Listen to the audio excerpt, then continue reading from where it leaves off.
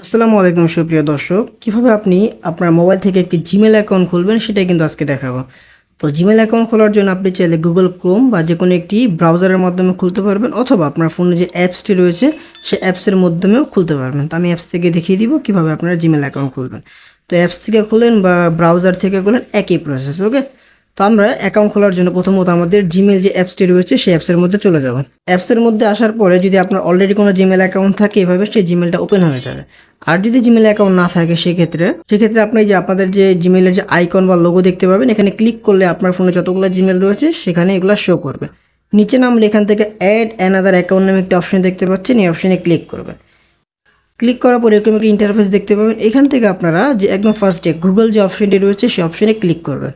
তারপর হচ্ছে আপনার ফোনে যে লকটি রয়েছে সেই লকটি এখানে দিয়ে দেবেন। ওকে, তারপর এরকম একটা ইন্টারফেস দেখতে পাবেন। এখান থেকে আপনারা কি করবেন, একদম নিচে দেখুন ক্রিয়েট অ্যাকাউন্ট নামে একটা অপশন দেখতে পারতেছেন, বাম সাইডে ক্রিয়েট অ্যাকাউন্ট এই অপশনে ক্লিক করবেন।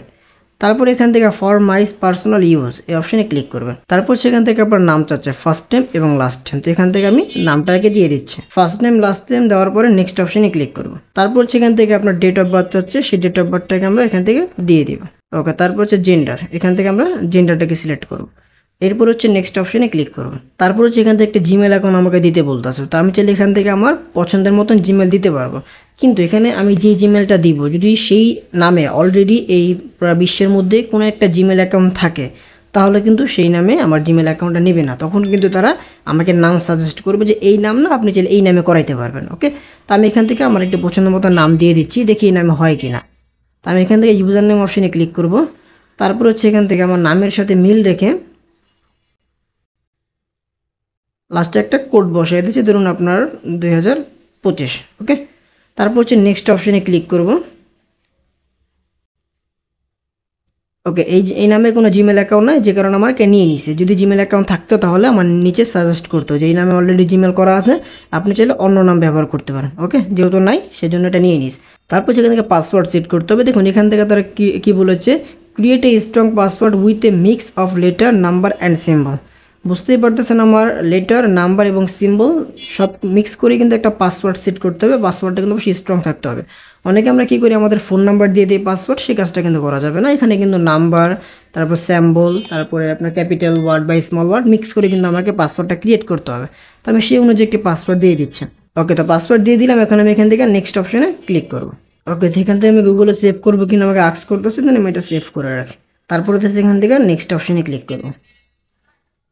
ওকে, একটা ইন্টারফেস আসবে। এখান থেকে আপনারা কী করবেন, এটাকে এই অ্যাগ্রি অপশনে ক্লিক করে দেবেন। ওকে, তো আমার জিমেল অ্যাকাউন্ট খোলা হয়ে গেছে। কিছুক্ষণের মধ্যে আমার জিমেল অ্যাকাউন্টে আমাকে সে নিয়ে যাবে। ওকে, দেখতেই পারতেছেন জিমেল অ্যাকাউন্টে আমরা চলে আসছি, বাট এটা কিন্তু আমার পূর্বের যে জিমেলটা ছিল সেটার মধ্যে কিন্তু এসেছে। যদি আপনারও যদি আগের অ্যাকাউন্ট থাকে সেক্ষেত্রে কিন্তু আগের অ্যাকাউন্টটাকে আপনাকে নিয়ে আসবে। আর যদি কোনো অ্যাকাউন্ট না থাকে সেক্ষেত্রে একদম নতুন অ্যাকাউন্টটাকে আপনাকে নিয়ে আসবে। তো আমরা এখন এই অ্যাকাউন্ট থেকে আমাদের নতুন যে অ্যাকাউন্টটা খুলেছে সেই অ্যাকাউন্টে আমরা চলে যাব। এখান থেকে আমাদের যে পূর্বের ইমেলের আইকনটা রয়েছে, লোগোটা ক্লিক করব। এখান থেকে আমাকে ইমেলগুলো শো করবে, যতগুলো ইমেল আমার ফোনে রয়েছে। একদম নিচে আমি যে ইমেলটা খুলেছি সেটা রয়েছে। তো এখন তো আমি এই ইমেলের উপরে ক্লিক করব। ক্লিক করার সাথে সাথেই দেখুন আমাকে আমার নতুন ইমেলের মধ্যে নিয়ে চলে আসতে। তো এখান থেকে এখন আমি চাইলে সব কিছু লেনদেন করতে পারবো। তারপর হচ্ছে যদি আমি চাই যে আমার ইমেলের, যেমন আমার দেখুন লোগো কিন্তু জেড হয়ে আছে, চাচ্ছি কি যে কোনো একটা ছবি বা কোনো একটা লোগো বসাবো, সেক্ষেত্রে আমরা এখান থেকে আপনার খুবই সহজে চেঞ্জ করতে পারবো। এই আপনার এই জেড অপশনে ক্লিক করব। তারপর দেখতেই পারতেছেন একদম জেডের পাশে একটা ক্যামেরা একটা আইকন দেখতে পারতেছেন, এই আইকনে ক্লিক করব। তারপর হচ্ছে এখান থেকে অ্যাড প্রোফাইল পিকচার অপশন দেখতে পারতেছেন, ক্লিক করব।